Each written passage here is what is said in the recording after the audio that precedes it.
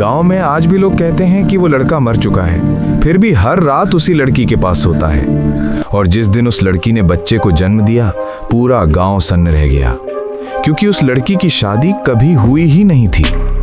गांव का नाम था चंदनपुर।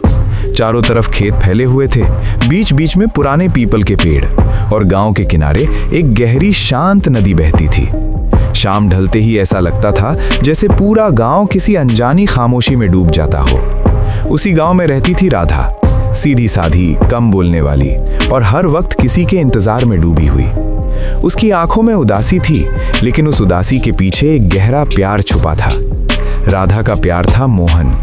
मोहन बचपन से ही राधा के साथ बड़ा हुआ था। दोनों ने खेतों में खेलते हुए, नदी किनारे बैठकर और चांदनी रातों में एक दूसरे से शादी के वादे किए थे।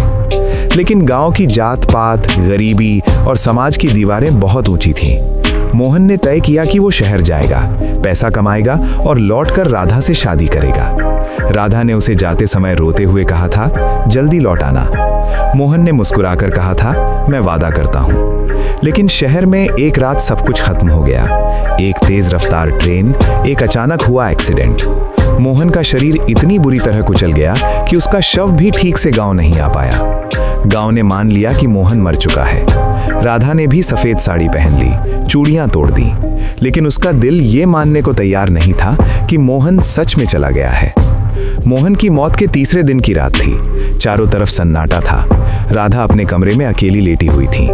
तभी उसे महसूस हुआ कि कोई उसके बगल में आकर लेटा है। उसे सांसों की गर्माहट महसूस हुई। दिल की धड़कन की आवाज साफ सुनाई दे रही थी। राधा डरते डरते उठी और आंखें खोली।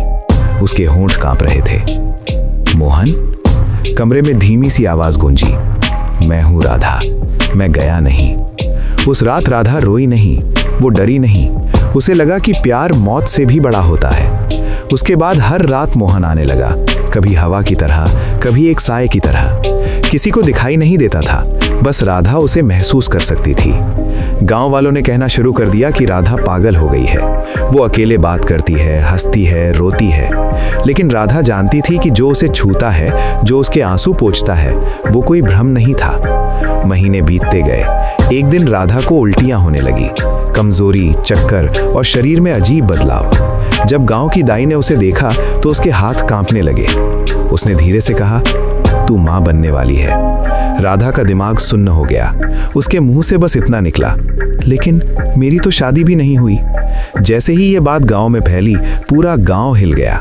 लोग आग बबूला हो गए। बिना शादी बच्चा? लड़का कौन है, नाम बता। राधा बस एक ही नाम लेती रही, मोहन। लोग हंस पड़े। मरा हुआ आदमी बच्चा देगा? ये लड़की झूठ बोल रही है। वो रात आई जब राधा को दर्द उठा। आसमान में काले बादल थे, तेज हवा चल रही थी और बिजली बार बार चमक रही थी। जैसे ही बच्चे ने जन्म लिया, पूरा घर अचानक ठंडा पड़ गया। दिए की लौ कांपने लगी। बच्चा रो नहीं रहा था। तभी घर के कोने में एक परछाई उभी। धीरे धीरे वो साफ दिखाई देने लगी। मोहन। इस बार वो सिर्फ राधा को नहीं, सबको दिखाई दे रहा था। मोहन ने राधा की तरफ देखा और कहा, मैं वादा करके गया था, मैं उसे अकेला नहीं छोड़ सकता। अगले ही पल मोहन हवा में घुल गया, जैसे वो कभी था ही नहीं। बच्चा बड़ा हुआ, लेकिन उसकी आंखें बिल्कुल मोहन जैसी थीं। गांव वालों ने मान लिया कि वो बच्चा किसी जिंदा इंसान का नहीं था। आज भी चंदनपुर में लोग कहते हैं कि अगर सच्चा प्यार हो तो आत्माएं भी लौट आती हैं, अपना वादा निभाने। और सबसे डरावनी बात ये नहीं थी कि बच्चा बिना शादी पैदा हुआ।